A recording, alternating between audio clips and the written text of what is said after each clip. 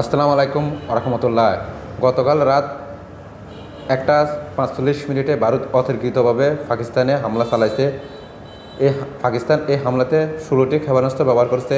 পাকিস্তানের আজাদ কাশ্মীর এবং পাঞ্জাবে এই হামলাটি চালানো হয়েছে। এই হামলার ফলে পাকিস্তানের 9 বেসামরিক নাগরিক নিহত হয়েছে এবং প্রায় 35 জন আহত হয়েছে। পাকিস্তানের পাঞ্জাব প্রদেশে জরুরি অবস্থা জারি করা হয়েছে।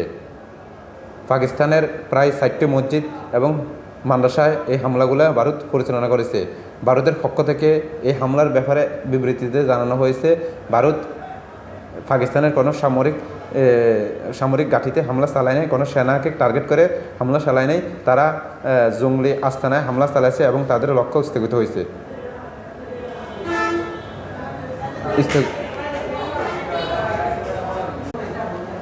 কিছুক্ষণের মধ্যে পাকিস্তানও পাল্টা জবাব দিয়েছে। পাকিস্তানের পক্ষ থেকে জানানো হয়েছে যে পাকিস্তান ভারতের 5টি যুদ্ধবিমান ভূপাতিত করেছে। পাকিস্তানের পক্ষ থেকে আনাদুলু এজেন্সি এবং সিএনএনকে জানানো হয়েছে যে পাকিস্তান সাথেই পাল্টা হামলা শুরু করেছে।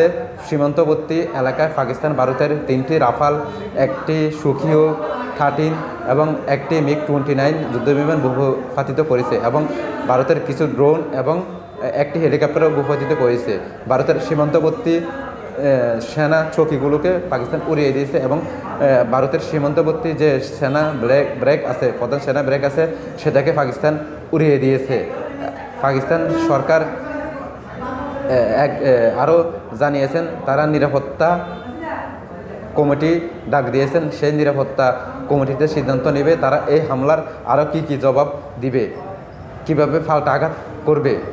পাকিস্তান সরকার আজ বাংলাদেশ সময় 10টা-11টার দিকে বিশ্বের আন্তর্জাতিক মিডিয়াগুলোকে ঘটনাস্থান পরিদর্শনের জন্য অনুরোধ করছেন।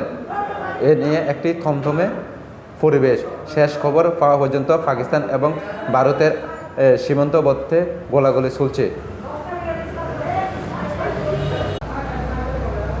সুপ্রিয় দর্শক, ভারতের ক্ষেপণাস্ত্র হামলায় পাকিস্তান ভারতের 5টি যুদ্ধবিমান ভূপাতিত করেছে। বিশ্বের নামকরা রাফাল যুদ্ধবিমান, যেটাকে রাশিয়ার Su-35 এবং আমেরিকার F-16 এবং F-35 পরেই ধরা হয়। তো এতে আপনাদের মতামত কী?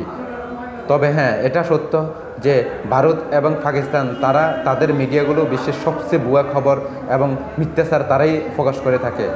তবে পাকিস্তান এখনও এই বিষয় নিয়ে কোনো